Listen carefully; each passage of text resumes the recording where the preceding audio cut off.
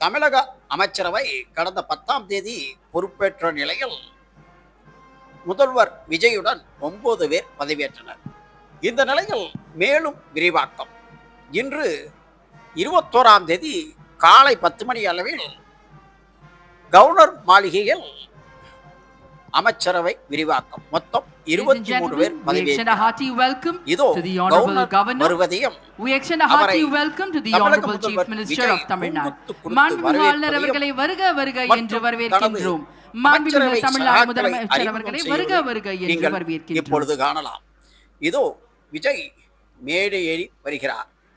கவர்னரை அழைத்துக் கொண்டு தனது அமைச்சரவையின் சகாக்களை அறிமுகப்படுத்துகிறார். இதன் பின்பு 23 அமைச்சர்களுக்கும் கவர்னர் பதவி பிரமாணம் செய்து வைப்பார். இந்த நிகழ்ச்சி தற்பொழுது காலை 10 மணி அளவில் கவர்னர் மாளிகையில் நடைபெற்றுக் கொண்டிருக்கிறது. தனது அமைச்சரவை சகாக்கள் 23 பேரை தமிழக முதல்வர் விஜய் கவர்னருக்கு அறிமுகம். கவர்னர் ஒவ்வொருவருடைய பேரையும் கேட்டு அவர்களுக்கு கை கொடுக்கும் காட்சி.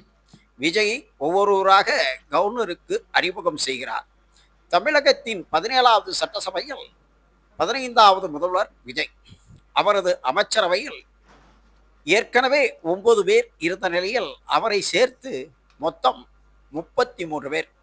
2 பேர் காங்கிரஸ் அமைச்சர்கள் என்பது குறிப்பிடத்தக்கது.